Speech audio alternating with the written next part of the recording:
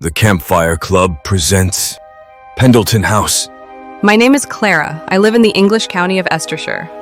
It is a fairly small county when compared with some of the other counties in England, but what it lacks in size, it makes up for in its character and history. One of the bloodiest battles of the Civil War took place here. It's said that when it rains, the ground still turns red with the blood of those who lost their lives there. We have ghostly woods that whisper at night, and those that enter don't always come out. There is an old Iron Age hill fort called Thatchbury Hill. On top sits a creepy old house. It is said a weeping woman in white walks the halls crying out for her lost babe. If you are unlucky enough to get lost in the maize field below, you may find yourself being chased by a phantom white dog. The dog has heard more than it's seen, and as far as I'm aware, no one has ever been harmed, thankfully. I could talk about all the weird places our little county has to offer until the cows come home. There is so much.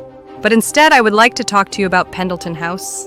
It's a big old Victorian-looking house, though I believe it to be much older. Built sometime in the 1700s, it is surrounded by miles of moors with only one road that leads to it, but I'll go into more detail about that later. I have worked at Pendleton for about 5 years now, and even though I have become accustomed to its quirks, when we get newcomers and outsiders, the place can be a bit intimidating. So Duncan, our house manager, asked me to put together a dossier detailing some of the interesting things that take place here. I was eager to get started, but I must confess, now I've started, I'm not entirely sure where to begin. Seeing as I am behind the desk right now, I guess I'll start with the main hall. It is a large, spacious area with a big, beautiful open fire, which is very cozy in the winter.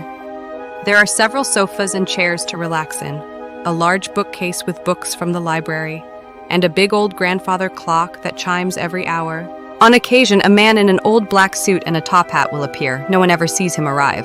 He's just there. He sits in one of the armchairs by the fire and reads a paper. It's always the same paper, dated 1932. He sits until the clock chimes. Then he reaches into his pocket and brings out a small pocket watch. He checks the time, puts the watch back into his pocket, then stands up.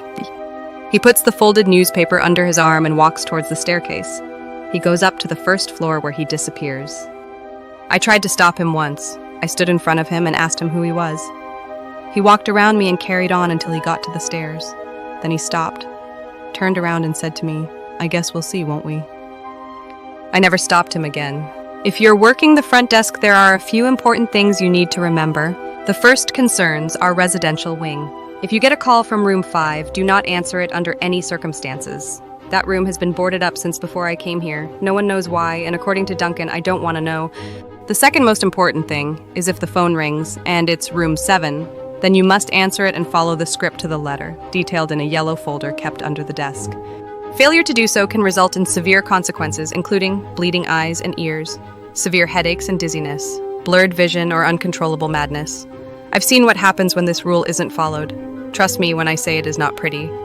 Sometimes the large piano in the corner of the room plays itself, and I've noticed the unseen player really captures the mood of the room. If people are mainly happy, then the song is cheerful. If the mood is low, the music is sad. And at Christmas time, there's even a few carols played. It's nice to listen to. There are so many things to talk about and only a short amount of time to write them all down. Next time I'll tell you about Rosie, I think. But for now, I'd best be going. Room 7 is calling again, and I need to find the script.